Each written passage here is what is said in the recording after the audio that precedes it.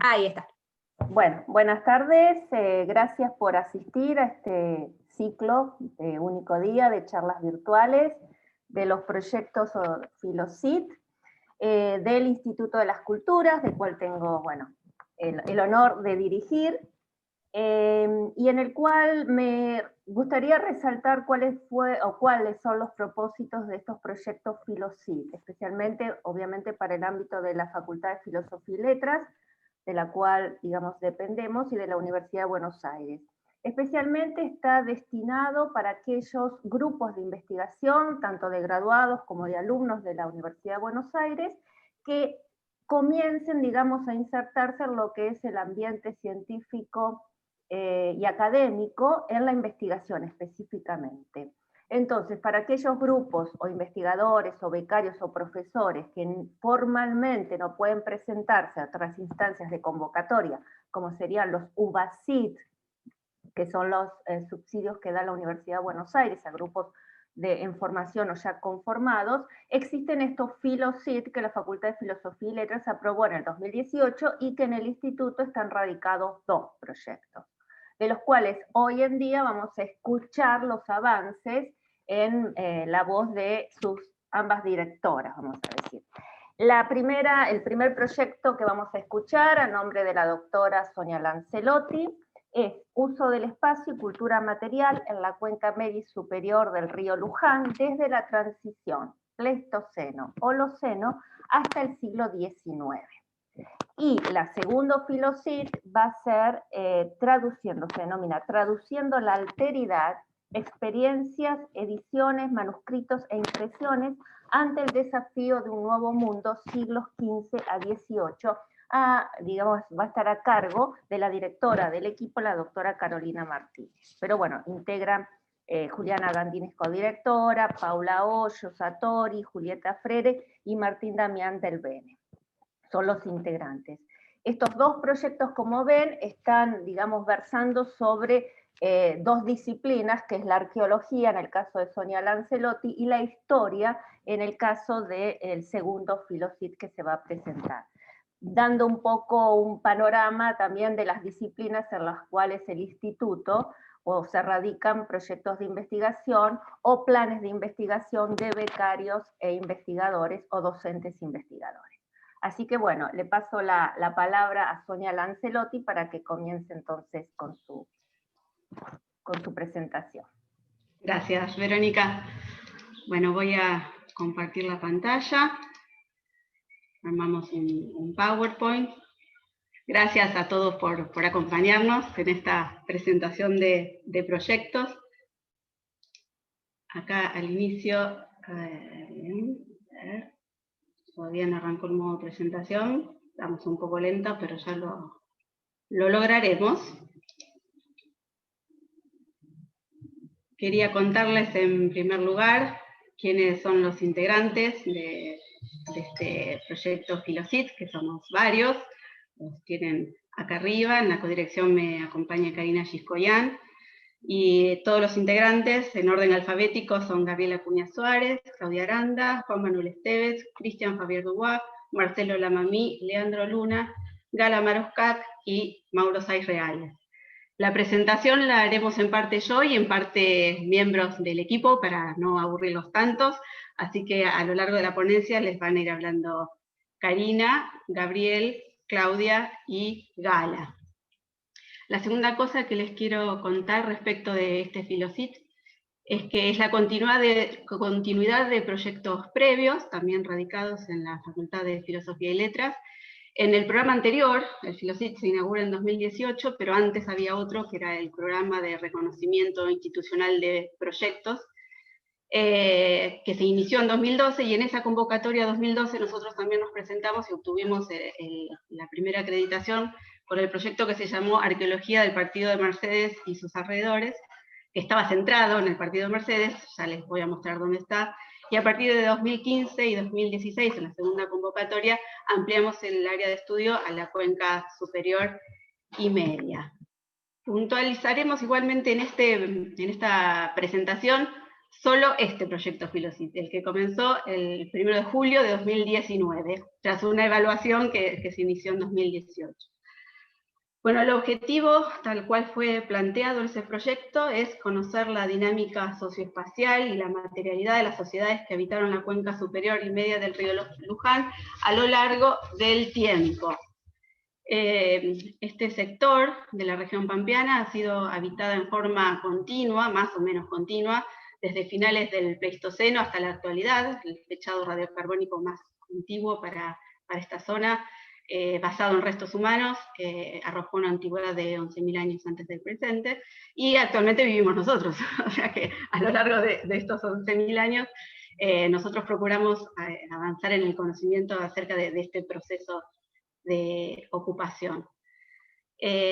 Como elemento estructurador de las investigaciones utilizamos el concepto de paisaje, desde nuestro acercamiento teórico, el análisis de la estructura del registro arqueológico y su distribución en el espacio geográfico, permite acercarnos a la manera en que las diferentes sociedades establecieron su vínculo con el ambiente, y esta relación es lo que nosotros llamamos paisaje. Nuestro objeto de estudio es el paisaje, el cual, como se imaginarán, ha cambiado notablemente a lo largo del tiempo.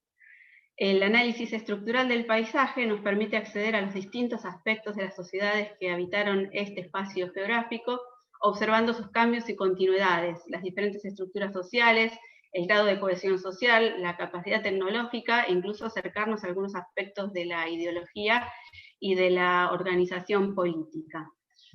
Para quienes no conocen el área de estudio, nosotros estamos trabajando en el sector noreste de la provincia de Buenos Aires, donde se encuentra esta, que es la cuenca del río Luján, que nace en el partido de Suipacha, corre en sentido sureste-noroeste hasta ingresar en la dinámica del delta. Los últimos 42 kilómetros del río está incorporado a la dinámica del delta del Paraná. Y como a lo largo de las ponencias vamos a hablar de los distintos sectores de la cuenca superior, la cuenca media y la cuenca baja, es importante ver dónde estamos parados. Vamos a hablar de Suipacha, de Mercedes, de San Andrés de Giles, de Luján y un poquito de Pilar, que es donde empezamos a trabajar últimamente. Los antecedentes de investigación en el área son muy antiguos. Acá comenzó sus trabajos Florentino Ameguino en las décadas de 1870 y 1880, publicando su primer libro importante, que es La Antigüedad del Hombre del Plata, donde, entre muchos de los otros conceptos que aborda, trata sobre la coexistencia del hombre con la megafauna pampeana, tema que fue muy discutido. Bueno, finalmente se probó que en estas latitudes la megafauna pampeana pleistocena convivió con el hombre, así que eso ya no es objeto de duda científica. Pero con la muerte de Ameguino en 1911 se produce una suerte de silencio arqueológico, sobre todo en la cuenca media y superior, y las investigaciones no se concentran, sino que se dan exclusivamente en la cuenca baja, las principales de las cuales, que son prácticamente las últimas, pues son las del arqueólogo norteamericano Samuel Lothrop, que en la década del 20 trabajó principalmente en dos sitios, que se llaman Arroyo Malo y Arroyo Sarandí. El interés de este arqueólogo no era ya la historia remota de las sociedades, sino las sociedades etnográficas que habían entrado en contacto con los europeos, y puntualmente el sitio Arroyo Malo refleja esas ocupaciones porque es un sitio indígena con materiales de la colonia temprana.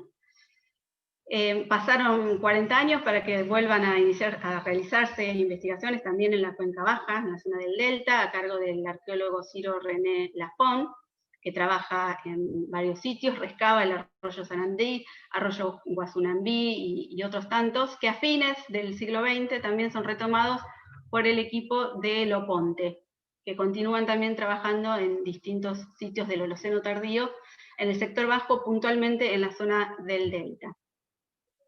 Ya en el siglo XXI, que es donde nos encontramos nosotros, se realizan nuevas investigaciones de arqueología histórica, a cargo del arqueólogo Mariano Ramos y su equipo, puntualmente en el sitio de la Casa Ameguino, en Luján, y más recientemente en la Batalla de Olivera, también en el partido de Luján, y nuestros propios trabajos que empezaron a fines de la década del 2000 y lograron la acreditación en 2012 con este programa de reconocimiento institucional de proyectos, que trabajamos tanto en arqueología histórica como arqueología prehispánica, una división que no nos convence porque hay un periodo en el que las sociedades conviven y catalogarlas como históricas o como prehispánicas no sirve. Y bueno, y así estamos hoy en día.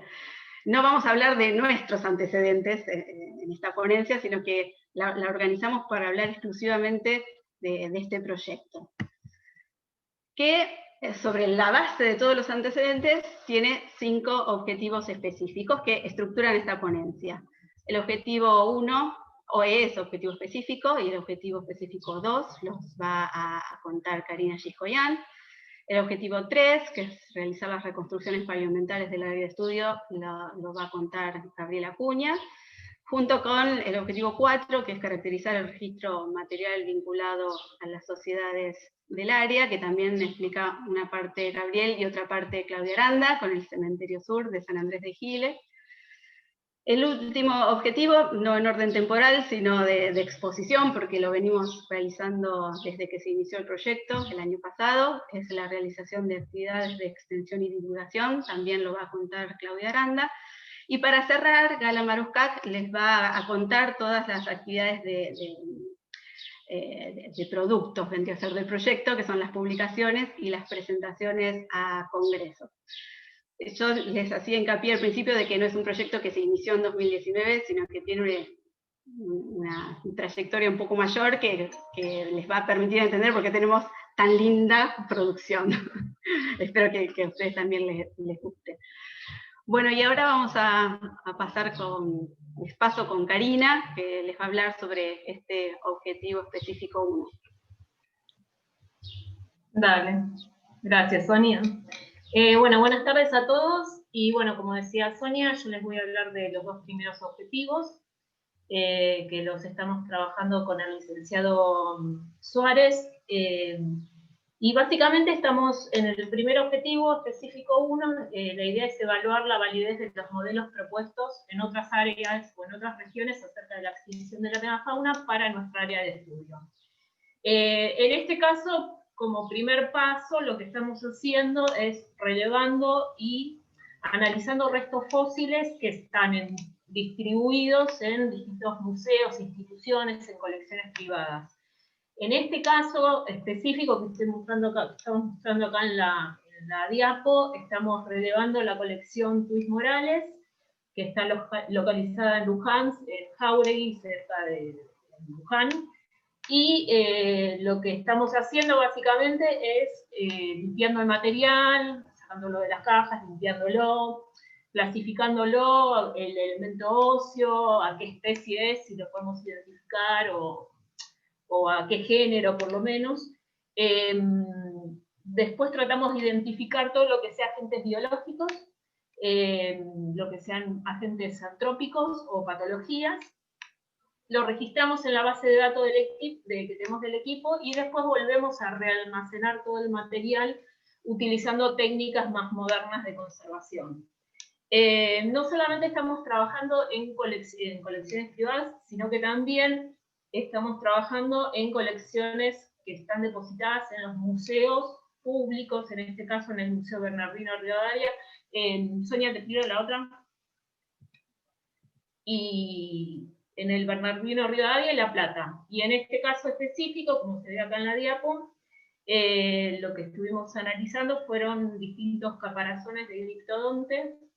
Identificamos distintos tipos de patologías en un Glyptodon reticulatus y en un Panochus sp. El primero es el de Rivadavia y el otro es el del Museo de La Plata. Y bueno, en estos momentos nos encontramos analizando el material también junto con el resto del material de la colección Luis Morales.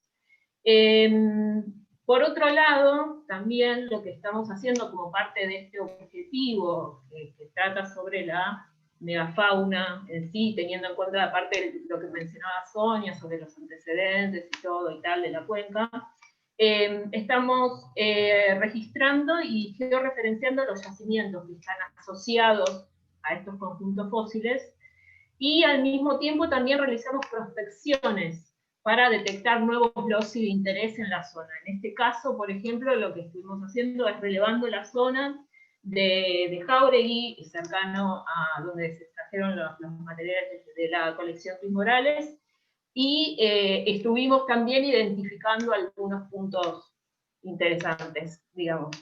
Esto es, en principio, lo que estamos haciendo en el objetivo 1. Nos falta bastante trabajo para realizar, pero la verdad es que están viendo cosas bastante interesantes y nuevas con respecto a lo que es la megafauna en sí que habitó esta región.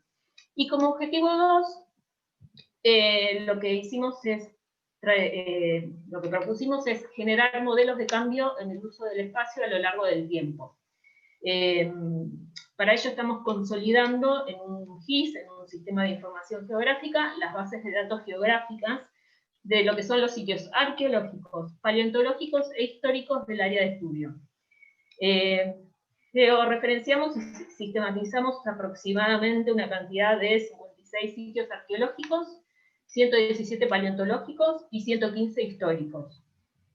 Con respecto a lo que es los sitios arqueológicos en sí, todavía nos falta información, pero algunos resultados preliminares del área, la podemos ver, la distribución acá en la cuenca, y podemos observar que los sitios más antiguos, con cronologías que van en la transición Pleistoceno-Holoceno, o sea, entre los 12.000 y los 8.000 años antes del presente, están en la cuenca alta y media, que serían los, si pueden llegar a ver, son los rombos de fondo blanco.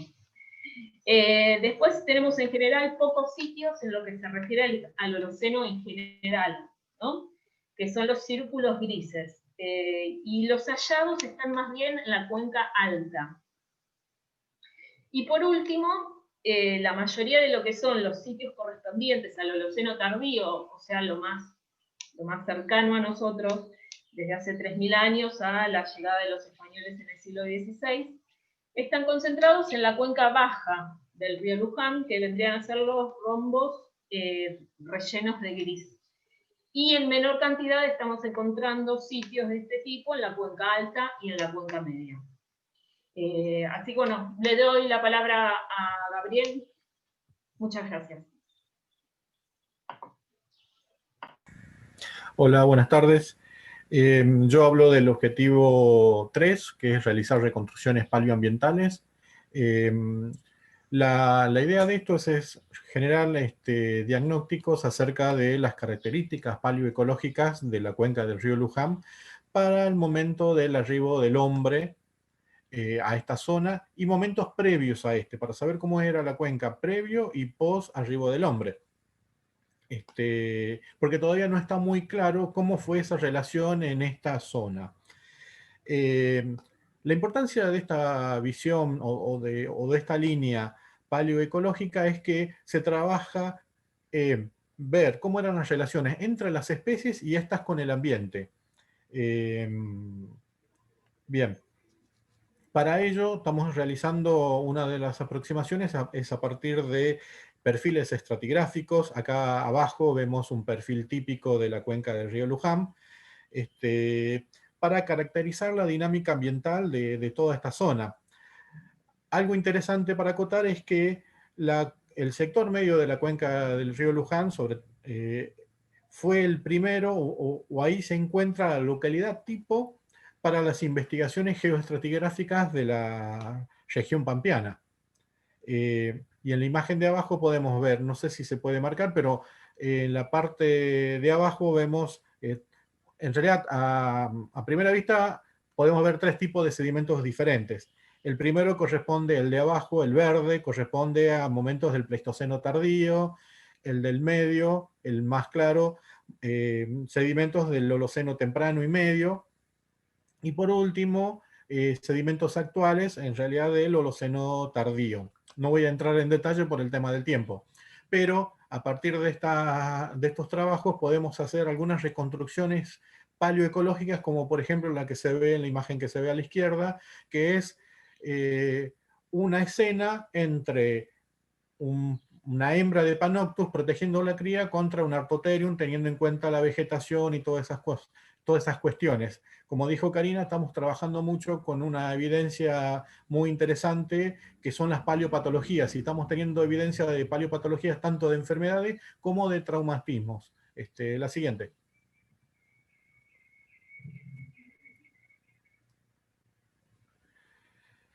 Bien. Se generó un mapa del patrimonio paleontológico de la cuenca a partir del análisis de bibliografía, ya fuera editada o no. Se pudieron acceder a libretas de campo, se hicieron entrevistas a recolectores de las colecciones, a coleccionistas actuales o subactuales, y dio como resultado 117 yacimientos paleontológicos, de los cuales nosotros dividimos en dos grupos, en dos categorías: hallazgos aislados, lo que eran de un solo individuo, y hallazgos grupales, cuando había dos o más especies. Es muy interesante ver cómo los materiales están agrupados en la cuenca media y superior hasta la altura de aproximadamente de Pilar. ¿Por qué sucede esto? Porque los sedimentos más abajo, o sea, más cercanos a la desembocadura, son sedimentos que corresponden al momento Holoceno, a periodos del Holoceno. Siguiente.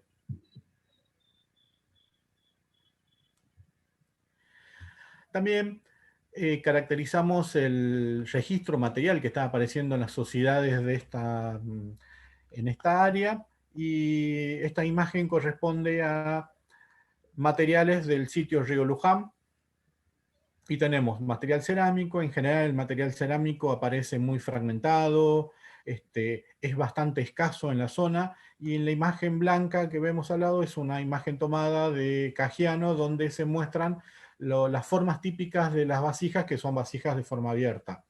En cuanto a los líticos, en su mayoría provienen de la zona de Tandilia y Ventania, que eso nos está indicando algún tipo de movilidad de los grupos o algún tipo de intercambio.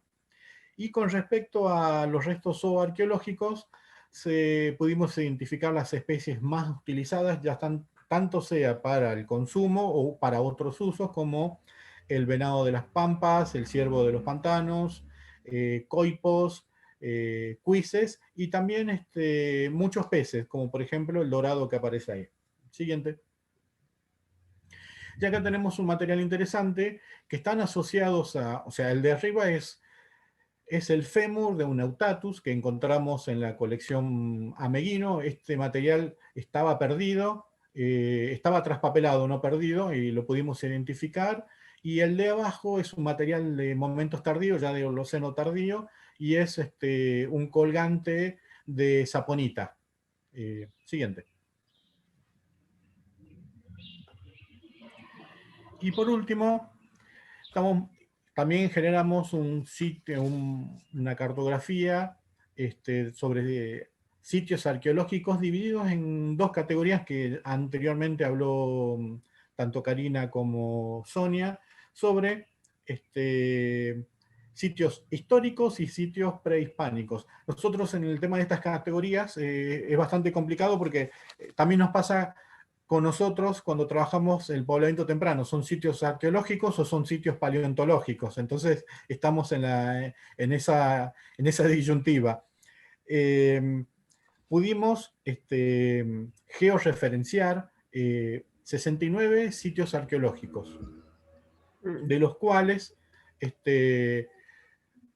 48 son arqueológicos, y los demás son sitios arqueológicos a nivel prehispánico, y los demás son sitios históricos. Y algo llamativo que ya también mostró Karina es que en los tres sectores de la cuenca, tanto en la cuenca superior como en la cuenca media y baja, aparecen los sitios. O sea que está ocupado toda la cuenca, por lo menos para momentos del Holoceno. Listo. Bueno, entonces Sonia. Claudia. Bueno, gracias Sonia. Bueno, buenas tardes. queríamos contarle que también en el marco del proyecto de investigación se llevaron a cabo trabajos de investigación en el partido de San Andrés de Giles, específicamente lo que viene en imágenes el sitio Cementerio Sud. Se fundó en 1874 debido principalmente al azotamiento de epidemias de fiebre amarilla, y los entierros corresponden en su mayoría a inmigrantes europeos, italianos, españoles, irlandeses e ingleses, según las referencias de los pobladores del lugar. El objetivo principal de las investigaciones es recuperar las formas de vida de las poblaciones pasadas a través de los estudios básicamente de los restos humanos y de las prácticas mortuorias. Lo que ven en la imagen inferior son algunos de estos hallazgos recuperados, que son únicos para la zona, en donde se ven coronas mortuorias de canutillos de vidrio, flores de cerámica y hojas metálicas típicas de la época victoriana, y que para ese periodo se estuvieron utilizando también en distintos países europeos. En la otra diapositiva, lo que vamos a mostrarles, voy a hablar con respecto al objetivo número 5, simplemente decirles que para nosotros es uno de los pilares fundamentales poder trabajar en forma conjunta con la comunidad, tanto para el cuidado del patrimonio como para el fortalecimiento de la memoria colectiva de los distintos pueblos y ciudades en donde nosotros estamos trabajando con el proyecto. Bueno, por nombrar algunas de ellas, y siguiendo con el Cementerio Sud, en el marco de la Noche de los Museos se llevaron a cabo charlas, visitas guiadas, trabajando en conjunto con la municipalidad, distintos lugares del municipio y con los vecinos de la ciudad. Bueno, así como también se hicieron actividades este año, en enero, con escuelas de música y de danzas de San Andrés de Giles. La siguiente, por favor. Por otra parte, también en el marco, ahí está, de la Noche de los Museos, en el Museo Municipal Casa Meguino se llevó a cabo una charla sobre los últimos hallazgos paleontológicos en Luján, organizada por la Dirección de Culturas y Turismo de Luján, que estuvo a cargo por el licenciado Gabriel Acuña Suárez y Gustavo Helfers. Y en el marco de la Semana Nacional de la Ciencia y la Tecnología, en la Biblioteca Popular y Museo José Manuel Estrada en Suipacha, se desarrolló un taller, que la verdad que estamos muy felices con los resultados obtenidos. El taller se denominó Fósiles para Armar, del cual eran partícipes, estaba destinado a niños y adolescentes que participaron durante todo el mes de septiembre. Esta alta repercusión, bueno, a nosotros nos conmueve alegría, por supuesto, y queríamos compartirlo con ustedes. También en el mismo marco se brindó una charla en el Museo Municipal de la Casa de Florentino Meguino, en Luján, y también, además de esta charla, se pudo hacer una visita a las excavaciones desde donde se recuperaron los restos fósiles, y bueno, ambas de estas actividades estuvieron a cargo de Gabriel. Siguiente. Por otro lado, bueno, algo que también nos colma de alegría y nos es muy grato poder compartirlo con ustedes, en el marco de la Noche de los Museos, junto con el municipio de Luján, se inaugura la sala paleontológica en el Museo Textil de Flandria, básicamente armada con restos de una colección particular, en donde estamos trabajando, decía, pero en realidad en donde está trabajando arduamente y de forma inédita, con el relevamiento y con la catalogación de esta colección. Gabriel, sobre todo Gabriel, es el que está haciendo este esfuerzo, y la exposición inaugural también estuvo a cargo de Gabriel Acuña Suárez y Gustavo Helfer. Por último, pero no Por último, también nos invitaron a participar y a poder exponer nuestros trabajos en las terceras jornadas de comunicación científica de Ciencias en Red en la ciudad de La Plata.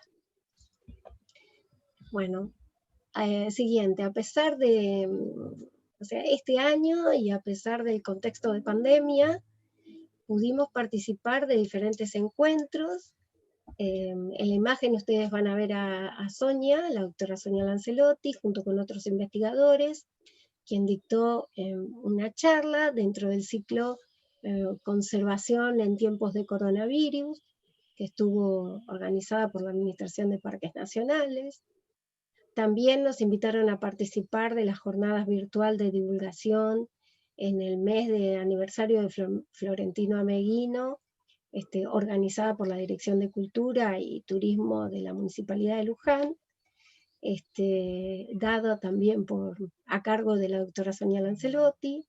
Ella puntualizó específicamente su presentación en el desarrollo y el estado actual de los estudios arqueológicos de la cuenca del río Luján.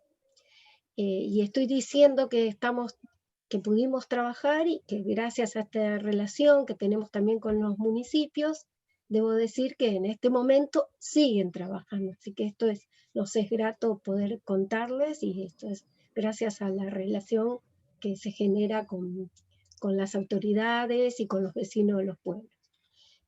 Bueno, por último, en el marco de las actividades docentes del Instituto Superior de Formación Docente número 36 de José C. Paz, nos fuimos más al oeste, hemos participado de una exposición, bueno, a nombre de quien les habla, para estudiantes avanzados de la carrera de biología, referidas al estudio bioarqueológico, bueno, de los restos recuperados del cementerio Sud, fue en este caso en particular.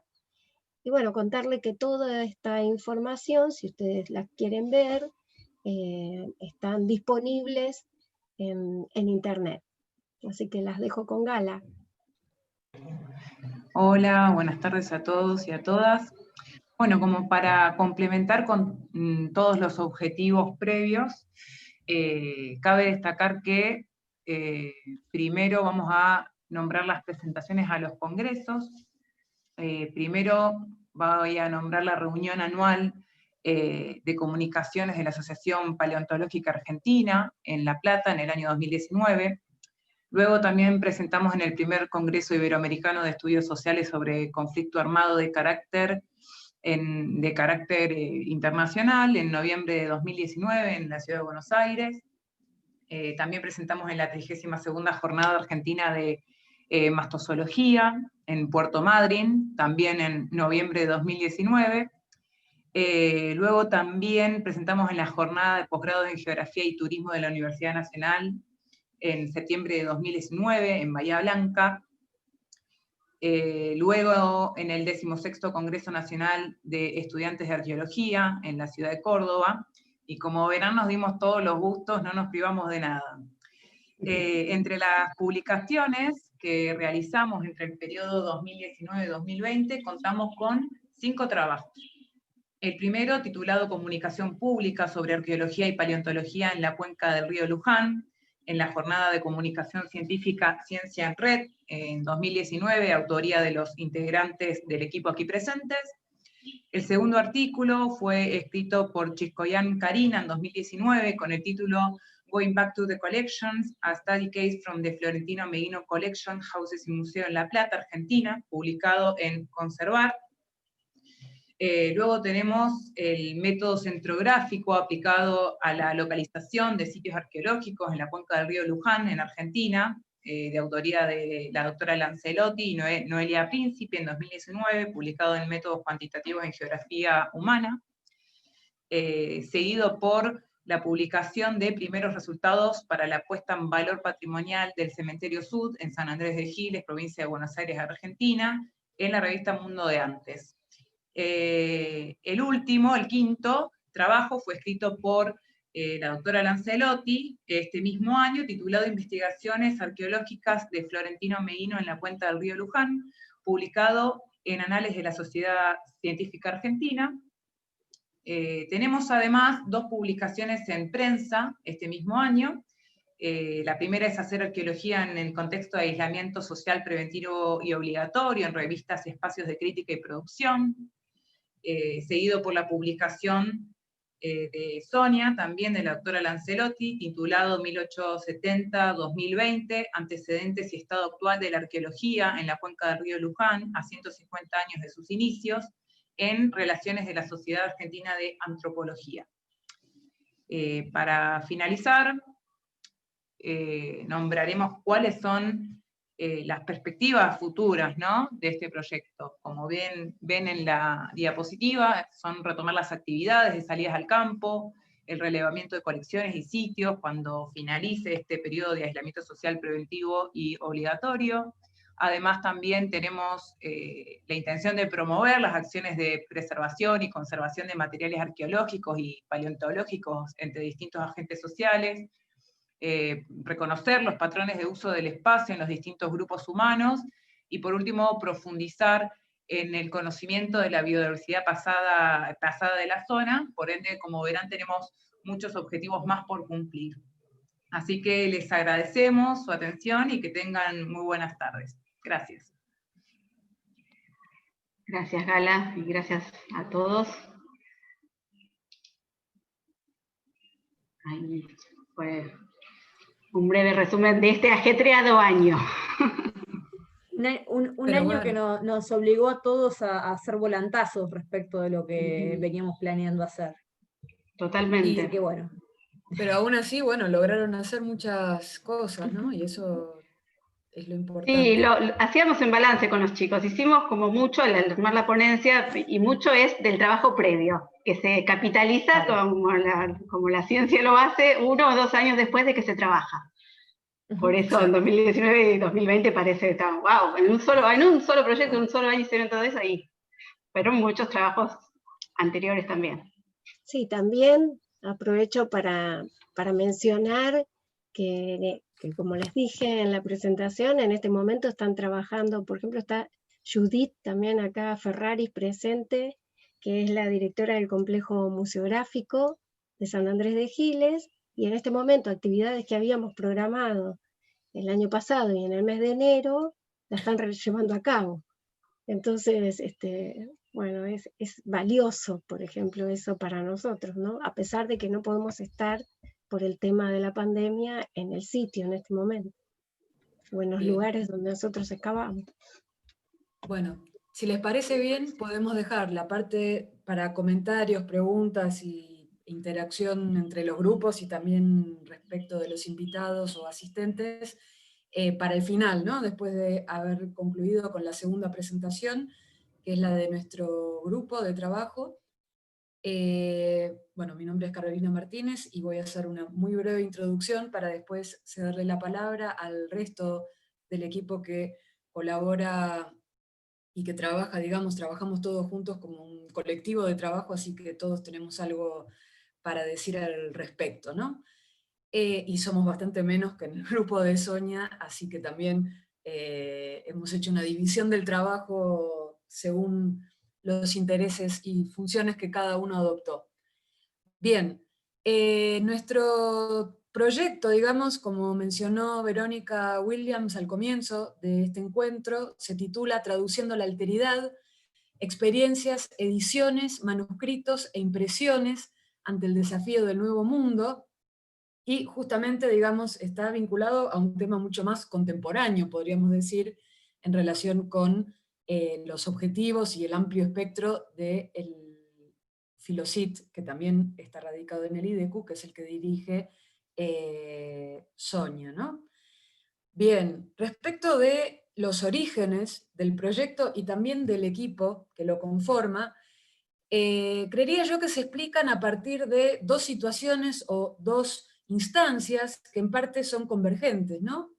Porque lo que refiere al tema, que es el uso de la categoría de traducción para aproximarnos al proceso de expansión ultramarina, que se origina entre fines del siglo XV y fines del siglo XVIII, desde hacía un tiempo que nuestras discusiones en seminarios, en coloquios y en talleres, es decir, nuestras participaciones académicas, pero también nuestras discusiones internas, en esas discusiones, digamos, venía apareciendo la noción de traducción, venía surgiendo, haciéndose presente, muchas veces en textos de disciplinas diversas, como la lingüística, la antropología, la crítica literaria, también la historia, por supuesto, y frente a ello, es decir, frente a esta aparición recurrente que por supuesto nos interesaba, creímos que un proyecto de las características que tienen los proyectos Filosit, que es esto que señalaba Verónica también al principio de este encuentro, ¿no? Que son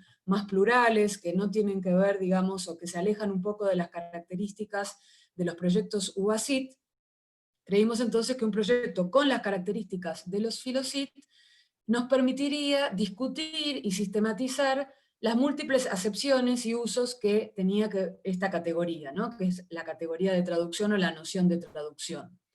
Porque era justamente un término útil para pensar procesos de largo alcance, como justamente el impacto de la expansión transoceánica europea en la cultura de la modernidad temprana, ¿no? Por otra parte, digamos, la otra situación que resultó convergente en la creación de este Filosit era que realmente, digamos, lo que necesitábamos para cubrir un término con acepciones tan diversas como la noción de traducción, necesitábamos un equipo interdisciplinario, ¿no? O queríamos trabajar en base a un equipo interdisciplinario que contara justamente con las herramientas para poder acercarnos a esa categoría o a ese problema, ¿no? La categoría problema de traducción, desde sus diferentes formaciones, y por lo tanto planteando diferentes interrogantes, ¿no?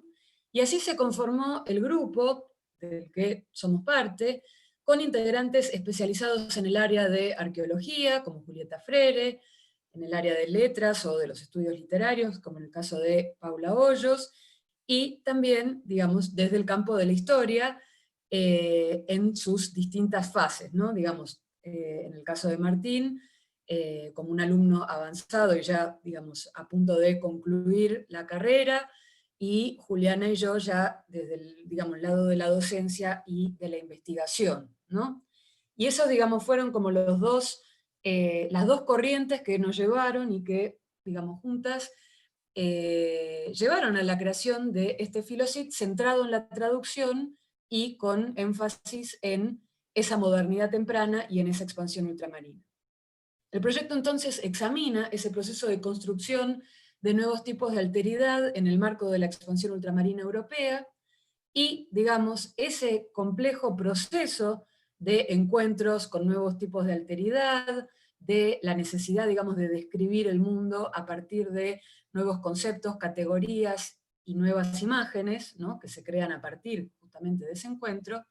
En eso, la categoría de traducción, creemos, digamos, y este es uno de los postulados del proyecto, se volvió una categoría o una noción inteligible para, digamos, pensar en que ese lenguaje compartido por viajeros, editores y lectores hablaba también de un conjunto de experiencias inéditas que tenían que ser necesariamente puestas en palabras y hacerse comprensibles a un público que no necesariamente participaba de esos viajes, que no necesariamente formaba parte de esas expediciones de exploración y que desde, digamos, la propia Europa se aproximaba bien a esas experiencias en el Nuevo Mundo, ¿no?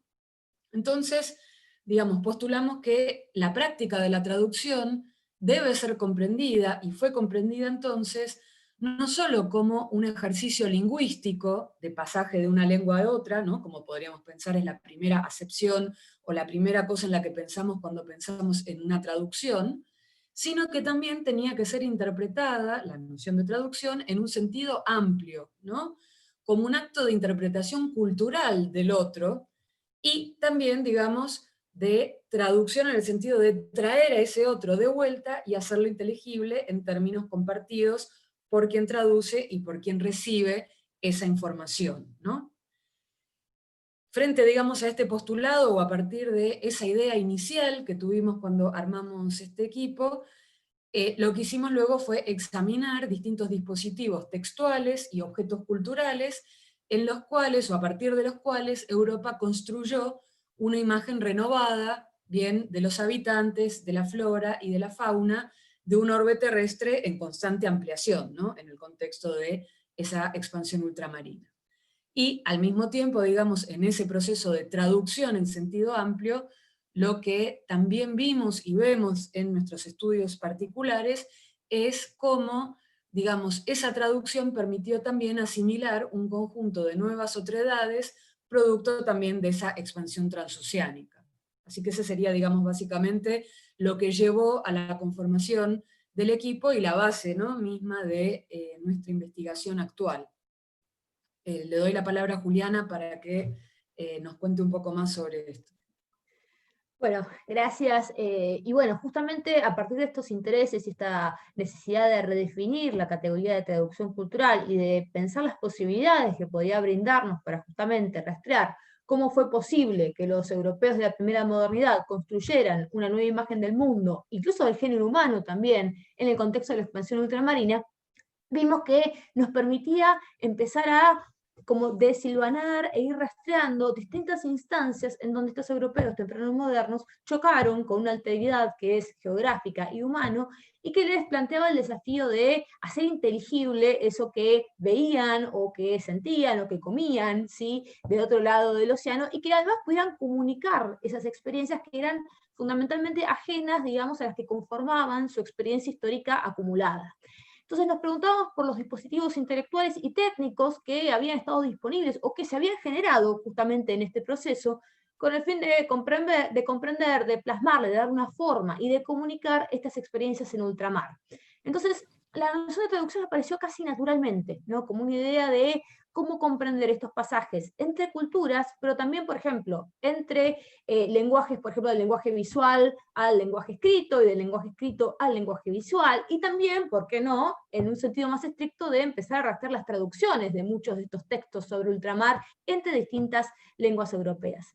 Entonces, esta categoría nos permitió de alguna manera empezar así, o empezar a comprender cómo fue posible enunciar lo desconocido, ¿sí?, en términos conocidos, y también cómo eso permitió que otras personas que no habían tenido experiencias en ultramar, ¿sí?, pudieran ser capaces de aproximarse, comprenderlas, ¿sí?, de alguna manera aprender esas realidades ultramarinas a partir de textos y de imágenes y de objetos también que se cruzaban, digamos, entre Europa y el resto del mundo.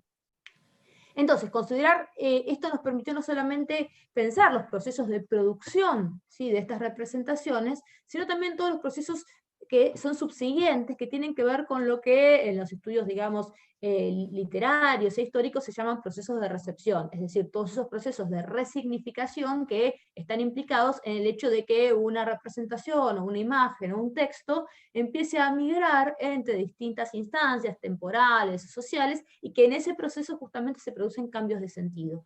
Entonces, seguir cadenas de edición, seguir cadenas de reedición, seguir transposiciones entre imagen y texto, y entre texto e imagen, nos permitía recabar, ¿sí?, todas estas estrategias intelectuales que podemos abarcar dentro del paraguas, ¿no?, de la traducción cultural, y que nos hablan justamente de todos estos mecanismos que estaban disponibles para hacer comprender y poder comunicar el nuevo mundo.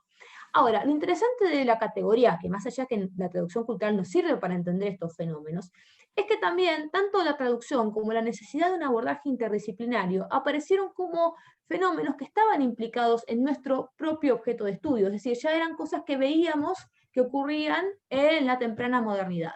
Por supuesto, la traducción, tanto en su sentido lingüístico y cultural, es ubicuo en todo lo que implica el mundo de la expansión ultramarina. Lo sabemos por las lenguas, por los intérpretes, por el mismo hecho de intentar hacer inteligible una cultura a otro en los términos de la propia cultura. Pero también lo es la interdisciplinariedad, porque si bien los saberes que se construyeron en la temprana modernidad para hablar sobre el mundo y para hablar sobre los hombres son muy distintas a nuestras disciplinas como las entendemos en la actualidad, también es cierto que esos saberes constituyeron ese sustrato histórico sobre el cual nuestras disciplinas se fueron construyendo.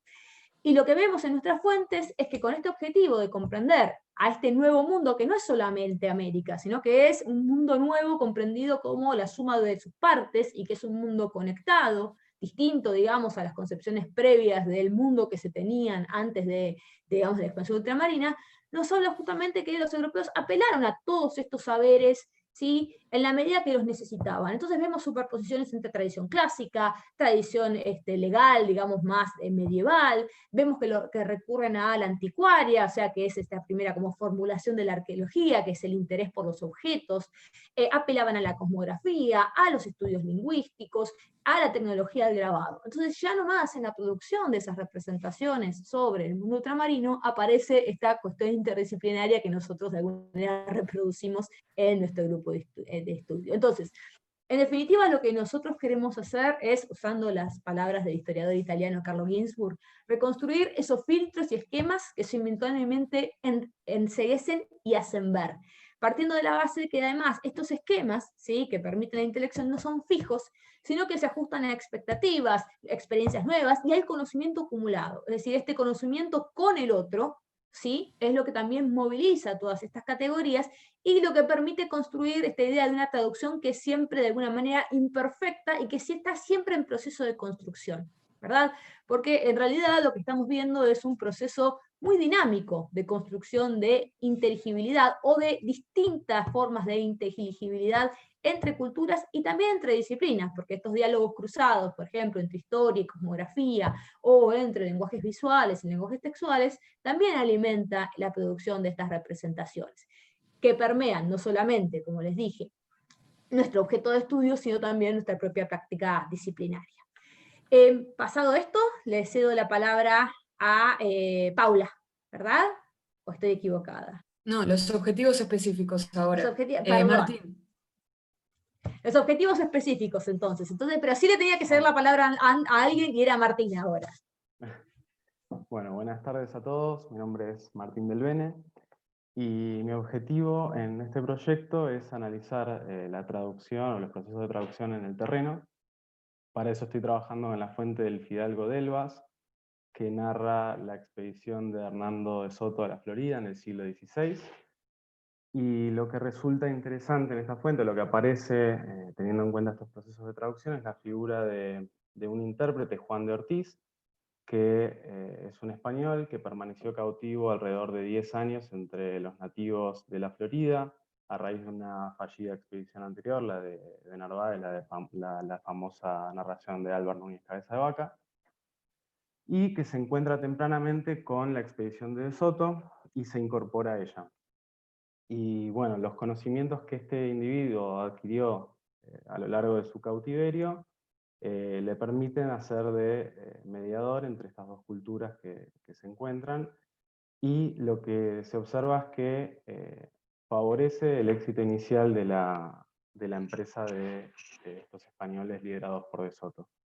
Esto se pone de manifiesto cuando Juan de Ortiz muere, y a partir de ese momento la expedición se vuelve mucho más accidentada, la obtención de recursos y alimentos para llevar adelante la expedición se vuelve mucho más dificultosa, y lo que es muy interesante es que aumenta en una buena medida la desconfianza hacia los informantes y guías nativos. Y eso se traduce también en un aumento en la violencia hacia estos personajes locales. Lo que es interesante ver en esta figura de Ortiz, en la mediación que hace entre europeos y americanos, es que, o lo que yo percibo es que, más que la información que él logra obtener, lo que produce es un efecto de autoridad o de credibilidad frente a la información que proporcionan los nativos. Y eso, una vez que este personaje desaparece, bueno, eso se pierde y la comunicación resulta mucho más accidentada. Bueno, mi objetivo es seguir estudiando este caso en vistas de, bueno, producir un artículo en el marco del proyecto Filosit. Y ahora cedo la palabra a Juliana nuevamente, si no me equivoco.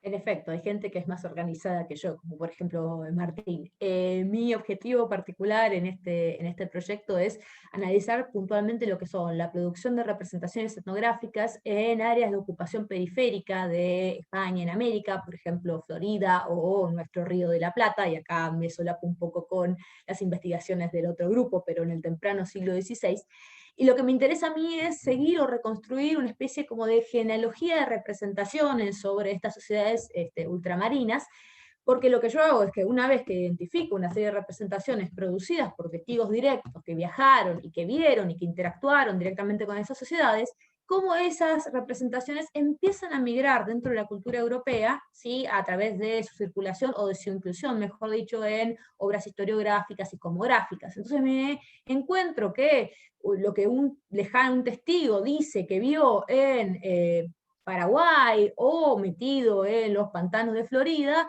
termina en un documento, digamos, que no estaba pensado para circular fuera del sistema administrativo, judicial y político español, termina conformando un núcleo de representaciones sobre esas sociedades de carácter europeo, porque esos textos se copian, se citan, se incluyen en obras, digamos, de la alta cultura letrada, que primero circulan en español, pero que después rápidamente se traducen, por ejemplo, al italiano, al latín y al inglés. Entonces, entre esa primera traducción cultural del testigo con la alteridad cultural y geográfica americana y esas segundas secuencias o esas varias secuencias de traducción cultural, pero específicamente lingüística dentro de la cultura europea, yo lo que voy reconstruyendo es justamente todos esos cambios de sentido, ¿sí? Todos esos usos que las representaciones etnográficas tienen en distintos contextos. En ese sentido he estudiado particularmente la obra de un historiógrafo español, que fue de los que más produjo en su momento, que es Antonio de Rey y Tordesillas, de principios del siglo XVII, que escribió lo que fue considerado durante siglos como la historia de la conquista de América, y lo que veo es esto, que todos estos documentos de primera mano, ¿no? De testigos, están disfrazadas, matizadas, ocultas en la prosa de Herrera, que tienen una difusión amplísima en toda Europa y durante siglos. Entonces, eso es lo que más o menos me estoy dedicando a hacer. Ahora le toca el turno a Carolina. Voy a ser por levantar la mano. Muy breve para no abusar del tiempo. En mi caso estoy trabajando la relación entre los relatos de viaje holandeses a la Patagonia y las imágenes cartográficas que se hicieron de ese territorio en el siglo XVII. Entonces, digamos, interpreto o tomo que ese pasaje de la información que aparece en los relatos de viaje y su conversión o transformación a imágenes cartográficas específicamente, es un acto de traducción, ¿no? Hay una traducción de texto a imagen que se ve plasmada en esta iconografía que aparece en los mapas holandeses del siglo XVII.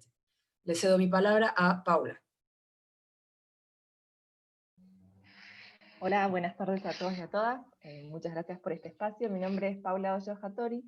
Yo formo parte de este hermoso equipo, Filosit. Mi formación es en letras, así que también creo que puedo llegar a justificar esta idea de la interdisciplina junto con Julieta que tiene el equipo.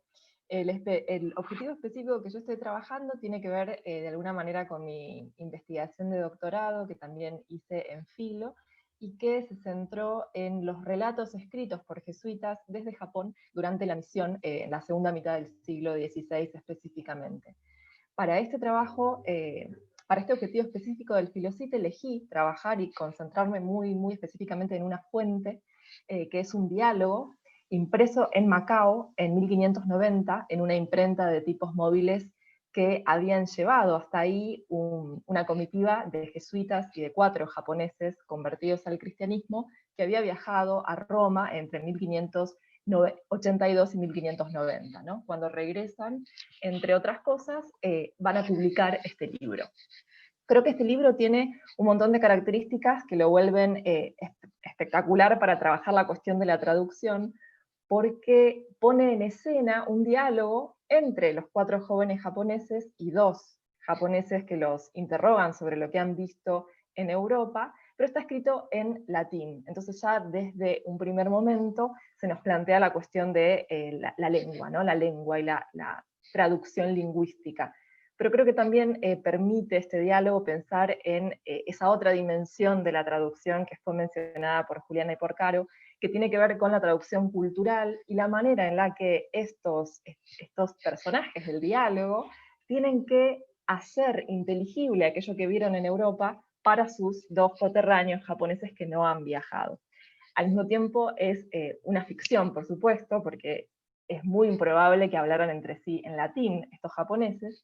Y otro elemento más allá de la traducción lingüística, de la cultural, tiene que ver con la traducción como productora de nuevos objetos materiales, como es este libro, y también plantea la pregunta de para quién fue escrito y cuál iba a ser su espacio de circulación, ¿no?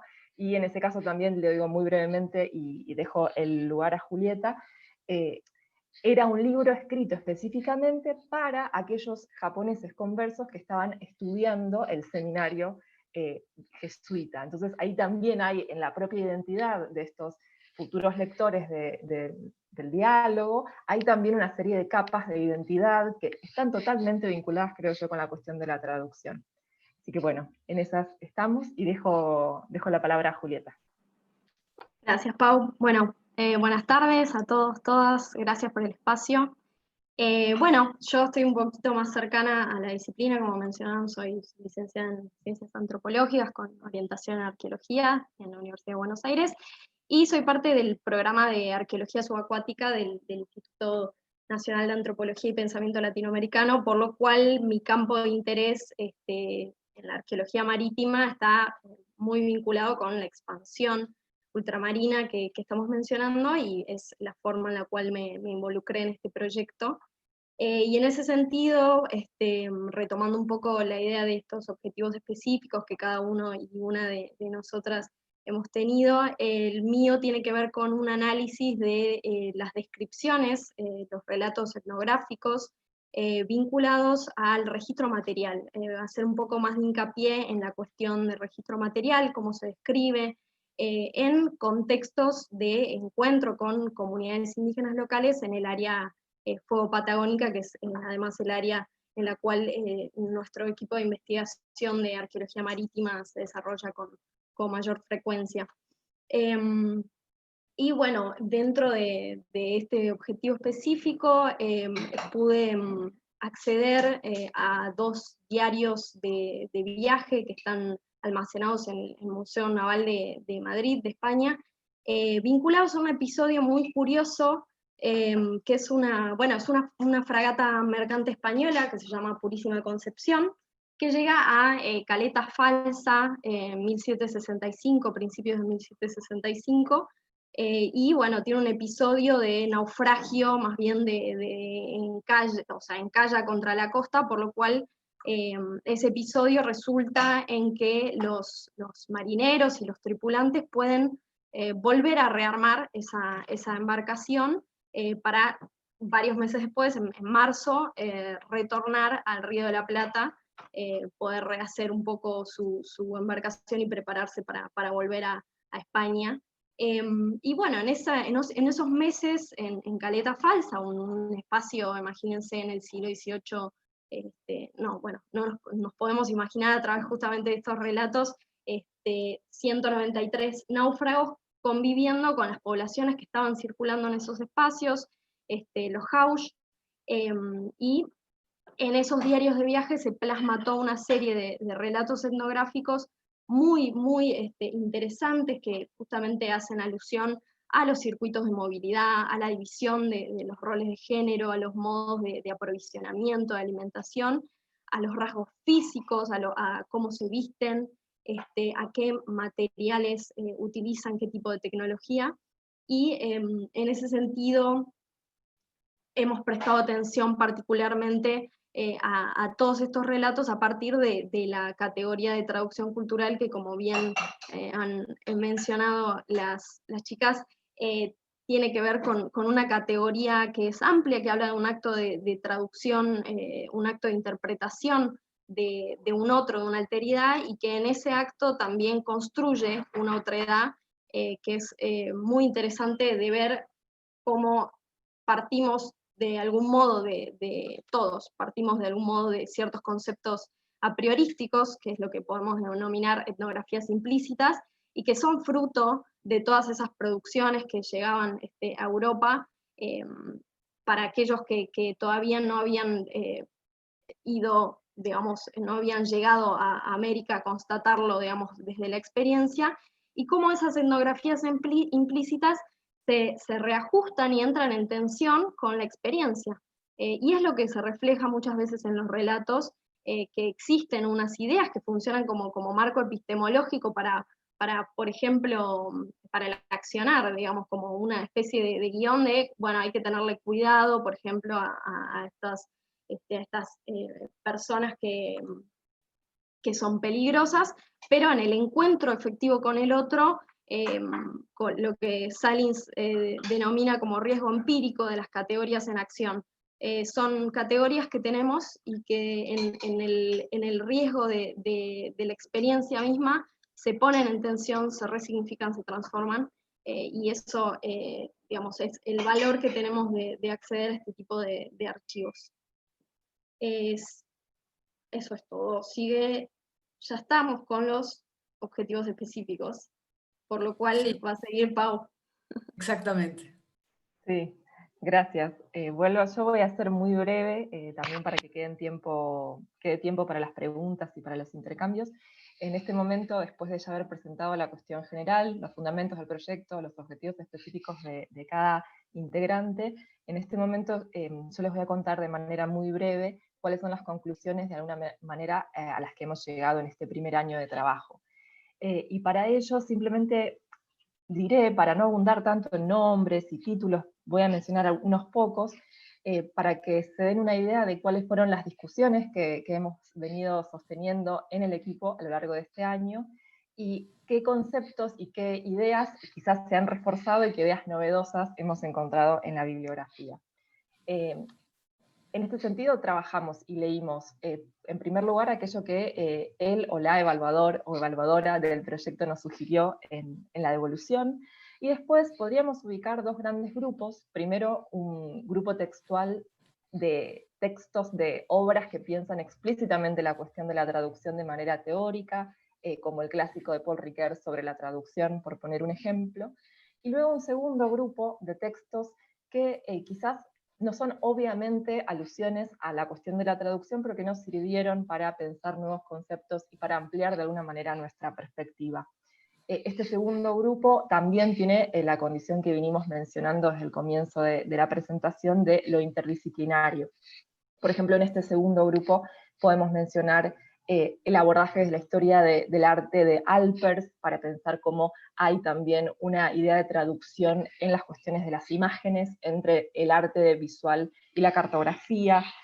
También, más que seguir ahondando en nuevos nombres, diría que hay una serie de conclusiones que menciono como titulares, así seguimos con la presentación, que serían: por un lado, la idea que nos ha acompañado en cada una de las discusiones es que la traducción siempre supone una pérdida, pero al mismo tiempo de que supone una pérdida, también implica la construcción de algo nuevo. Ese algo nuevo va a ser un nuevo vocabulario quizás, un nuevo código para poder expresar aquello que en la cultura receptora no existe o nunca se había pensado, ¿verdad? Por otra parte, a lo largo de las lecturas de este segundo grupo, se nos prestaron algunos conceptos que creo que nos van a ayudar a echar luz en cada uno de los objetivos específicos que recién comentábamos. Por ejemplo, la idea y el rol de los intermediarios, ¿sí? A partir de un texto de Metcalfe, ¿sí? La idea de cómo el intermediario, por ejemplo Martín lo mencionaba recién en su objetivo, va a jugar un rol fundamental y va de alguna manera a permitir que entre culturas se pueda dar el proceso de traducción. Siempre algo complejo y en construcción, ¿no? Por otra parte, otra idea que también se nos aparece como muy productiva es la idea de qué rol van a tener los malos entendidos, los misunderstandings, en otro texto que también discutimos, que es de Richard White, y de qué manera esos intermediarios a veces tienen que ver con los malentendidos o no, y de qué manera esos malentendidos son también productivos, volviendo a la idea de que la traducción al mismo tiempo implica una pérdida y una ganancia, ¿verdad? Y para terminar y que no se nos vaya el tiempo, diría dos cosas. Otra idea que también se reitera en cada uno de nuestros encuentros es que de alguna manera estamos de acuerdo en criticar la idea de que la traducción se da entre culturas que son homogéneas y que la traducción es unilateral, ¿no? Un poco de la mano de la idea de que es un proceso complejo, como decía Juliana hace un rato, esta noción de que dentro de cada una de esas culturas hay tremendas complejidades que también hay que contemplar para entender este fenómeno, es muy recurrente. Y otro elemento que también quería mencionar es que como resultado, recién escuchaban los objetivos específicos y vamos a trabajar textos básicamente, entonces otro elemento que también aparece una y otra vez y que también le agradecemos a quien haya evaluado el proyecto porque vino de uno de los textos sugeridos por esa persona, está la idea de que el resultado de todos estos complejísimos procesos es muchas veces un libro, y como decíamos hace un rato, yo en mi propio objetivo específico lo mencioné, todos los actores que intervienen en la construcción de ese libro implican y de alguna manera aportan a la construcción de diversos sentidos. No se trata simplemente del viajero que vuelve y escribe, también están esos informantes que hay que considerar, aquellos informantes en el territorio, hay que considerar también a los editores, a los traductores, que también puede ser que traduzcan esa misma obra a otras lenguas europeas para su circulación, también a los grabadores, porque hay imágenes que acompañan estos textos muchas veces, y así vemos cómo a través de la categoría de traducción podemos contemplar una serie de procesos realmente complejísimos. Bien, termino acá y dejo la palabra ahora sí a Julieta nuevamente, que va a contar un poco qué estuvimos haciendo en cuarentena. Bueno, cuando estábamos organizando qué íbamos a decir, nos pareció importante dedicarle una sección o hablar de cómo la pandemia, la crisis sanitaria global nos afectó a todos y a todas, porque de algún modo estas reuniones, nos habrá pasado creo a todos y a todas, pero estas reuniones mensuales en las cuales volcábamos ideas sobre las lecturas que habíamos recopilado, también se volvió un espacio catártico. Se volvió un espacio en el cual cada uno de nosotros y nosotras comentábamos la dificultad que estábamos atravesando para seguir investigando, no solo desde el punto de vista de la dificultad en el acceso a colecciones, archivos, en su caso creo que también está más que contemplado el tema de los trabajos de campo que se ven muchas veces limitados por lo que estamos atravesando, y nos pareció que estaba bueno ponerlo de manifiesto, ¿no? Y hablar un poco de la resiliencia en investigación. Ustedes mencionaron la facilidad o lo gratificante que es el hecho de que las alianzas y las redes que tienen con los municipios y con las personas en museos les ha permitido seguir trabajando, y creo que eso habla de una resiliencia en la investigación, que todos los trabajos pasados, todo lo que han hecho, lo que han cultivado, de alguna manera resulta en que ante estas situaciones de adversidad que nos atraviesa en todos los aspectos de la vida y en nuestros espacios de trabajo también, bueno, cómo convertir eso en acción, cómo volver a ponernos de pie en una situación que estamos viendo que lleva mucho tiempo, que no es un mes, no son 2 meses, pasa el tiempo y nos vemos cada vez más limitados y limitadas para seguir desarrollando con normalidad nuestros trabajos. Entonces, pasamos de alguna forma de ese espacio catártico a pensar, bueno, cómo ponernos en acción. Una de las formas que pensamos que podíamos aprovechar, que todo está migrando a formato virtual, tiene que ver con la invitación a investigadores e investigadoras que están trabajando con la noción de traducción desde otros campos de acción. En una de nuestras últimas reuniones pudimos contar con una investigadora que trabaja en el campo de la geografía, Malena Mazzitelli Mastricchio, y ella ha trabajado con la noción de traducción en relación a la cartografía, y justamente como estamos haciendo alusión a la complejidad y a la polisemia que tiene el término traducción, pensarlo desde distintos puntos de vista y teniendo en cuenta que nos pensamos como desde su fundación, como un equipo interdisciplinario, es interesante sumar otras perspectivas, es interesante pensar cómo la categoría de traducción funciona en otros campos disciplinares. Bueno, y también de algún modo nuestra planificación original en torno a reuniones, congresos, estaba muy limitada, por lo cual de algún modo empezamos a pensar en la posibilidad de armar un dossier con las distintas temáticas abordadas desde este espacio, y encontramos una forma de traer nuestros trabajos y discutirlos en lo pequeño del grupo, como para seguir reflexionando en torno a esta categoría desde nuestras, como verán, diversas, en términos de tiempo y espacio, nuestras diversas investigaciones. Así que nada, me parecía interesante traer esa reflexión. Creo que todos y todas estamos, digamos, necesariamente estamos atravesados por lo que está sucediendo, y está bueno seguir potenciando este tipo de encuentros también para seguir pensando cómo investigar. Eso es todo. Bueno, y retomo un poco la palabra como para cerrar. Nos parecía, bueno, otra de las cosas que hemos hablado, y retomo un poco lo que dijo Verónica Williams al principio, nos parecía importante destacar la importancia de este tipo de proyectos, ¿no? que son financiados por fuera de los espacios de las cátedras y que funcionan aparte de los proyectos UASIT. Y bueno, generan nuevos espacios para la investigación y permiten, bueno, trabajar con nuevas ideas. Un poco mencionaba también Carolina, que son espacios que permiten cierta pluralidad, ¿no? Nosotros pudimos armar un equipo interdisciplinario para trabajar estos temas, para abordar un corpus bibliográfico común. Y además brindan un espacio para los investigadores en formación, ¿no? Permitiéndonos crecer, seguir formándonos y generar antecedentes relacionados con la investigación. En mi caso particular, yo estoy terminando la carrera de grado de Historia en Filosofía y Letras, y bueno, formar parte de este espacio me permitió hacer mis primeros pasos en la investigación, trabajar, digamos, en conjunto con profesionales que ya están formadas, y bueno, todo eso me brinda experiencia y una guía para este proyecto, para mi investigación específica en este proyecto y para un futuro, ¿no?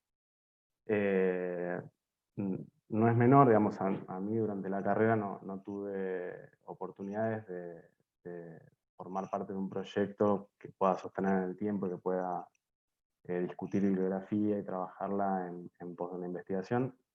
Incluso he hablado con compañeros que se han presentado por ahí o que han presentado algún artículo y se han sentido muy perdidos de pronto, incluso han tenido quizás malas primeras experiencias. Pero bueno, creo que es valioso en ese sentido este espacio, y bueno, aprovecho también para agradecerles a Carolina y a Juliana por haber organizado este Filosit y por haberme invitado a formar parte. Bueno, gracias a vos, Martín. Gracias, porque creo que fue una de las conclusiones a las que llegamos también, fue que terminó siendo nuestra reunión favorita, ¿no? Periódica, mes a mes, ¿no? Juntarnos a discutir estas cosas. Pero, Caro, con esto, sí. No, con esto cerraríamos la presentación. Se nos fue un poco de más el tiempo, pero si les parece, vi una pregunta de Verónica para los dos equipos sobre la metodología. Voy a leerla en voz alta por si alguien no la vio en el chat, y le cedemos la palabra a Sonia y a quien quiera contestar de su equipo. Verónica pregunta, para ambos equipos, desde un acercamiento interdisciplinario de ambos proyectos, ¿qué desafíos han tenido que afrontar desde el planteamiento teórico-metodológico hasta la factibilidad del mismo? Y quien quiera hacer alguna otra pregunta o comentario, por favor, puede hacerlo o hágalo a través del chat, y así lo reproducimos en voz alta para todos. Sonia, por favor. Bueno, el desafío fue desde la formulación del proyecto de investigación, porque por lo menos en nuestro caso veníamos ya con investigaciones previas en la cuenca, y la idea era darle un cuerpo común a toda esta diversidad que parece muy diversa, justamente, desde el estudio de la megafauna hasta el estudio de restos humanos en cementerios, pasando por los restos arqueológicos, las fuentes, que también trabajamos. Entonces, el mayor desafío fue la escritura y la fundamentación del proyecto de investigación, que pasó después por las distintas instancias de evaluación, positivas, por suerte, y por eso estamos acá hablando de los proyectos.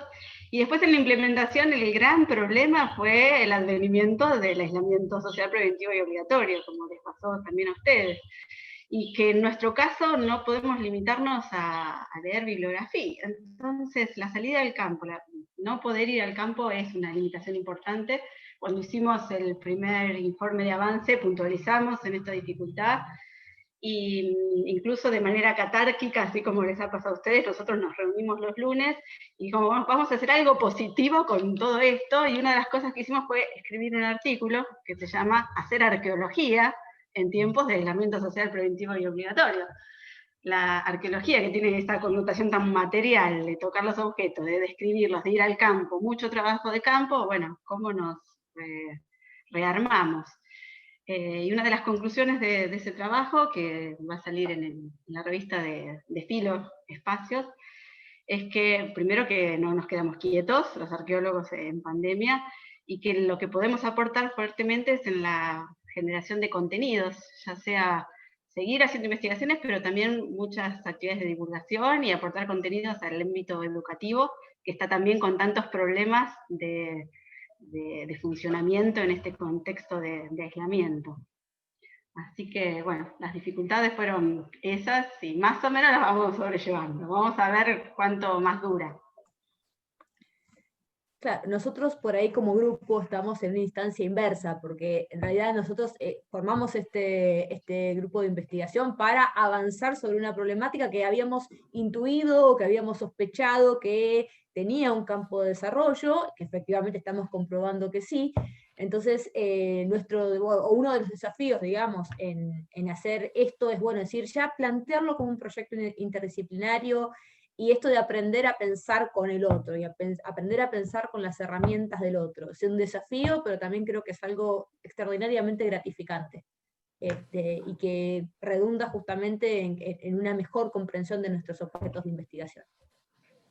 Y agregaría, ¿no?, que en nuestro caso, justamente porque el tema del proyecto, la noción de traducción es tan interdisciplinaria o ha sido tan utilizada desde diferentes campos, en nuestras reuniones, que, digo, como les pasó a ustedes, fueron reuniones por Zoom, obviamente, y donde era una alegría vernos y discutir temas, y donde cada vez, justamente ante la imposibilidad de hacer un trabajo de archivo, que sería nuestra proximidad, así como ustedes trabajan, digo, teniendo que salir y sobre el terreno, bueno, nuestro terreno es el trabajo en las bibliotecas, ¿no? Y al estar cerradas las bibliotecas, lo que hicimos fue orientarnos de lleno a la discusión teórica, es decir, darnos el lujo en realidad de tener el tiempo para dedicarnos a discutir intensamente los textos que nos habían quedado pendientes de varias reuniones y varias discusiones del año pasado,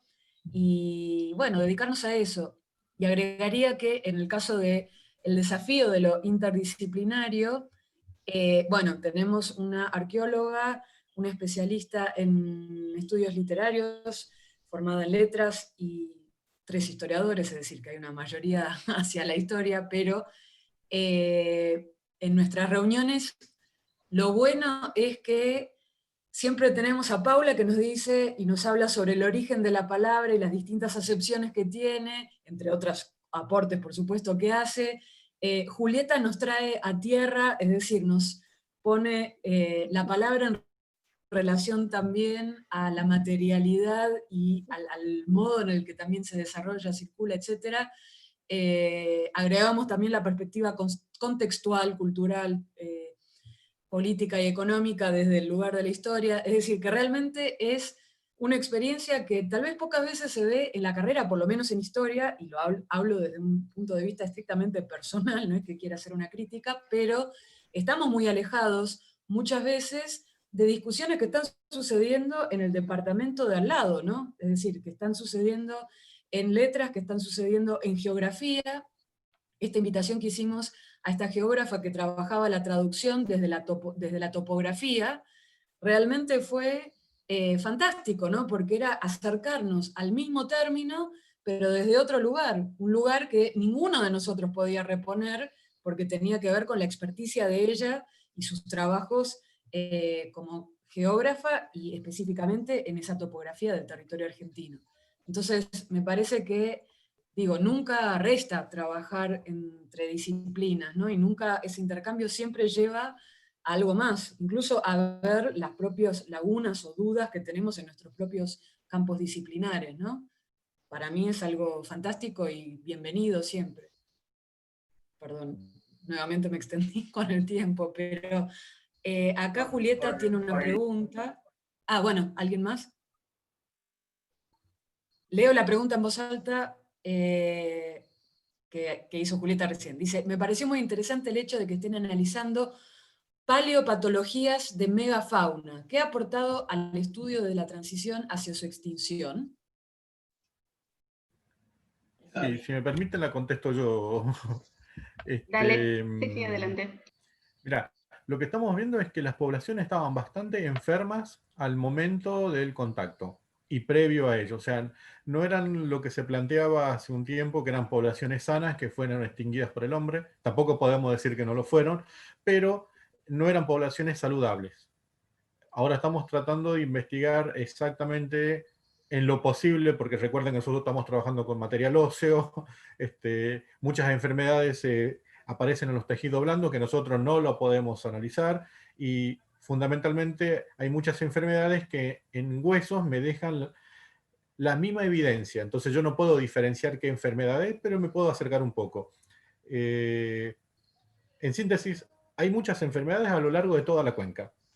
Y a partir de nuestros trabajos estamos viendo que en otros sectores, por ejemplo, estamos trabajando obviamente en la provincia de Buenos Aires, muchos sectores de la provincia de Buenos Aires se están encontrando o están viendo este tipo de enfermedades, con los cuales nos llama poderosamente la atención. Sería una población en su última etapa, por ahí es apresurado de decirlo, pero el camino nos está llevando para ese lado. Gracias.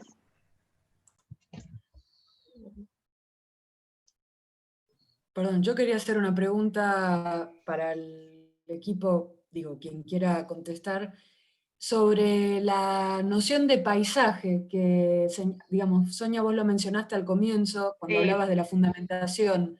Si tal vez podías decirnos un poco más sobre qué, digamos, qué dentro de la noción de paisaje o cómo eso te permitió, por un lado, digamos, pensar en un periodo temporal tan amplio, y qué es lo que vos, digamos, considerás es valioso de trabajar a partir de esa noción, ¿no? Porque me interesa particularmente. Sí, porque ese es el eje estructurador de todo el lapso temporal de las ocupaciones.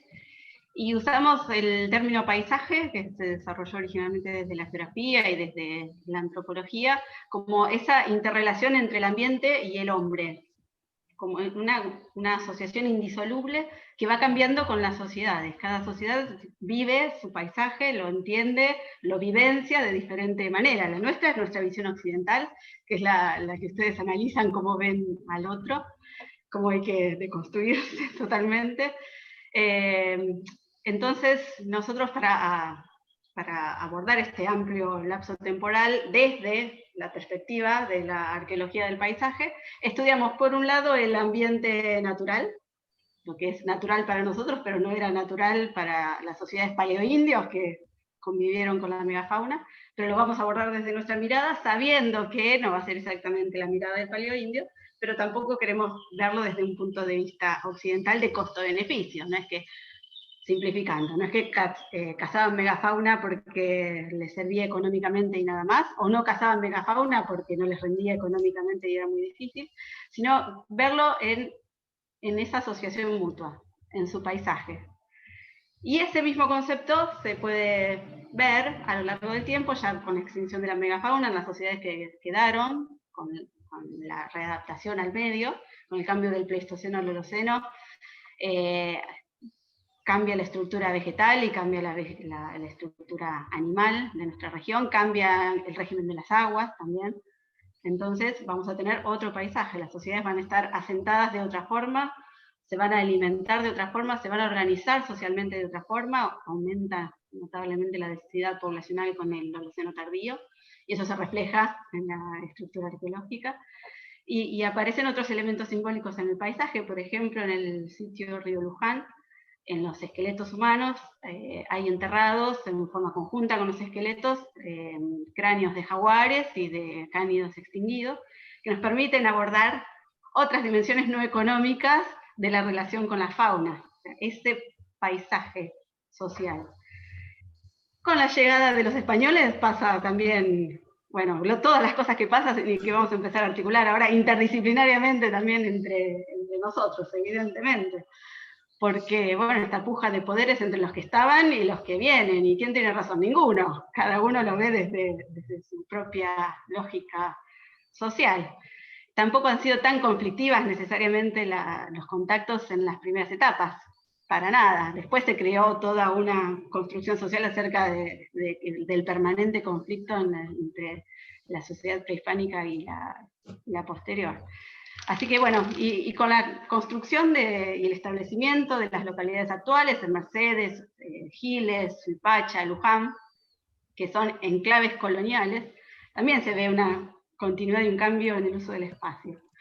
Estamos viendo con estos mapas arqueológicos que los lugares donde están los sitios arqueológicos son los lugares que posteriormente son reocupados y que se van transformando lentamente en las localidades actuales, sobre todo los del Holoceno tardío. Hay una gran redundancia ocupacional que tiene que ver también con que, bueno, un principio geográfico que es el de autocorrelación espacial, que fenómenos similares se juntan con fenómenos similares, los mejores lugares sociales, simbólicos y económicos son los mismos para distintas lógicas. Así que bueno, ese es el eje estructurador también con el siglo XIX, que se van fortaleciendo estas primeras localidades establecidas en el siglo anterior, se van incorporando además sociedades con la inmigración, que tienen otras lógicas de uso del espacio, y hay más bien una ruptura y una continuidad en la organización espacial y social. Así que bueno, es un término muy rico el de paisaje. Perfecto.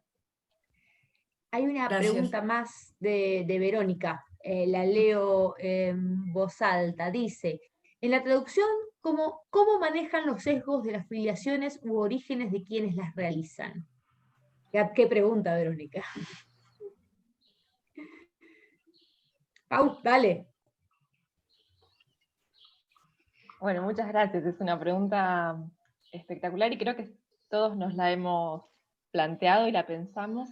Yo diría que esa filiación, esos orígenes, ese matriz cultural que va a tener el traductor, es una condición fundamental y que es algo que va a determinar de manera evidentemente trascendental el resultado de la traducción. Yo puedo dar como un ejemplo muy concreto para que no quede simplemente la abstracción de estas ideas, lo que he trabajado en el doctorado, que son las cartas jesuitas redactadas en Japón. Y que sea jesuita la cuestión antes de japonesas, ¿no? Es fundamental porque evidentemente lo que los escritores de la Compañía de Jesús escriben está, como decía yo antes, ¿no? Está condicionado no solo a su condición de jesuitas, y con esto quiero decir a su condición, a su formación en Europa y a su condición de misioneros religiosos en un territorio muy alejado, sino también la inserción de sus textos en un corpus textual que iba a ser traducido, editado y corregido por esa institución. Creo que en ese ejemplo se ve muy claramente de qué manera la afiliación a una determinada institución condiciona no solamente la mirada de ese sujeto que está en una tierra alejada, sino también el producto del objeto que termina produciéndose saliendo de imprenta, ¿no? Para decirlo de una manera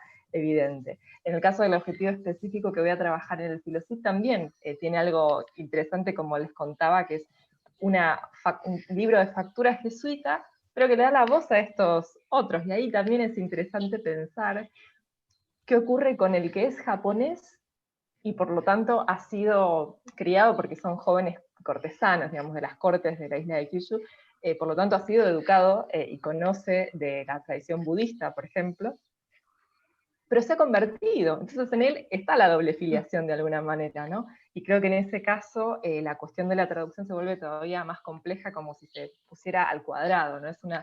Se potencia. Y en estos jóvenes que van hasta Roma, regresan, tienen muchísima suerte, porque ninguno de los barcos naufraga, ¿no? Tienen la enorme suerte de viajar y volver sanos y salvos.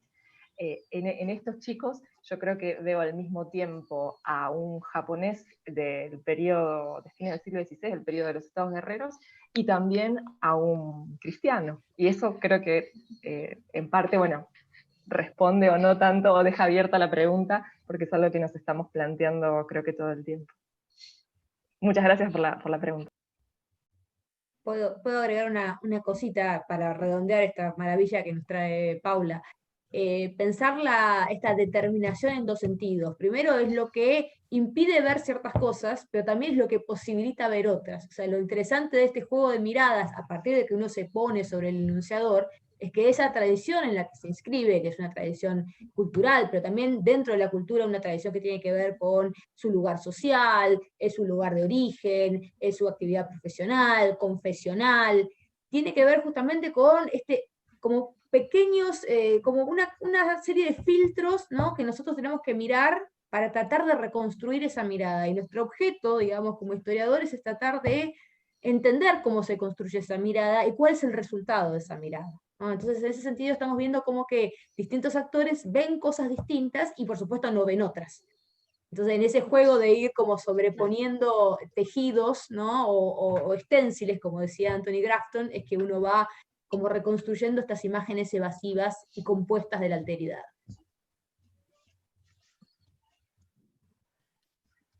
Bueno, no sé si alguien tiene algún último... ¿Se escucha? Sí. ¿Algún último comentario para hacer? Si no, si les parece bien. Bueno, primero agradezco a todos por haber asistido, les agradecemos a todos por haber asistido y por haber participado. A todo el equipo de Sonia también por sus presentaciones y felicitaciones también por todo el trabajo que han hecho, porque realmente es, bueno, ¿qué puedo agregar a todo lo que han hecho, incluso durante la pandemia? Así que felicitaciones.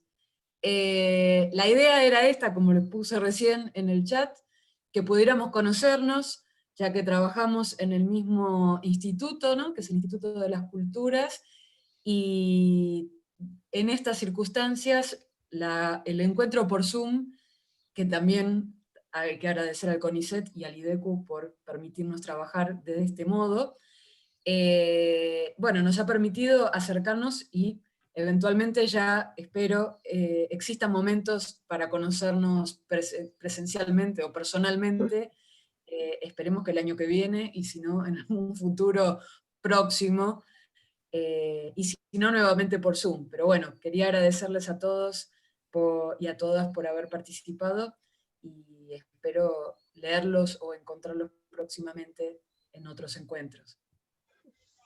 Gracias, Eso. Carolina. Muy buena la iniciativa. La verdad que fue muy productivo desde pensarlo con nosotros como grupo y trabajar varios días con este tema y escucharlos también. Es muy lindo y nos tiran muchas ideas. Esperemos que a ustedes también les hayamos tirado sus ideas. Porque en el fondo estamos trabajando en uno de los lapsos temporales, es el mismo y se puede abordar en forma conjunta, me parece.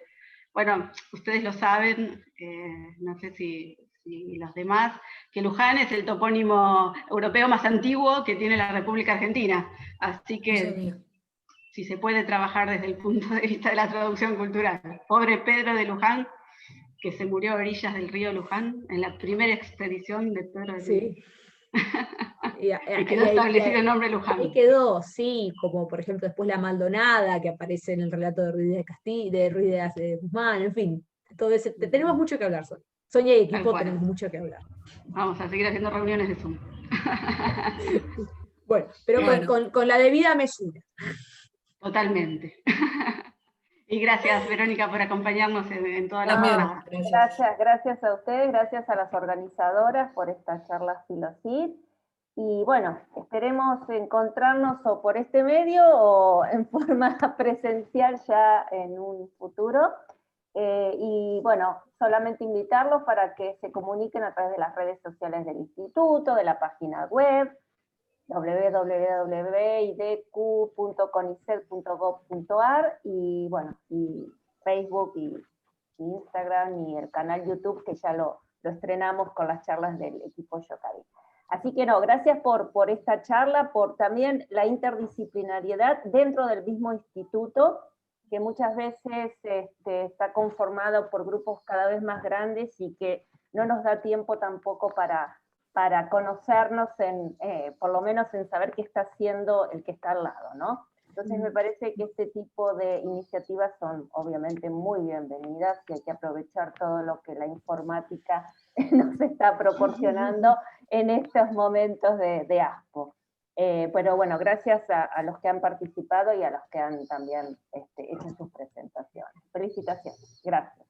Muchas gracias. Y a la OCA, a la informática, a la OCA. Sí, que nos ha dado toda la posibilidad. Sí, la posibilidad. Gracias. Bueno, estamos en condiciones de irnos en paz.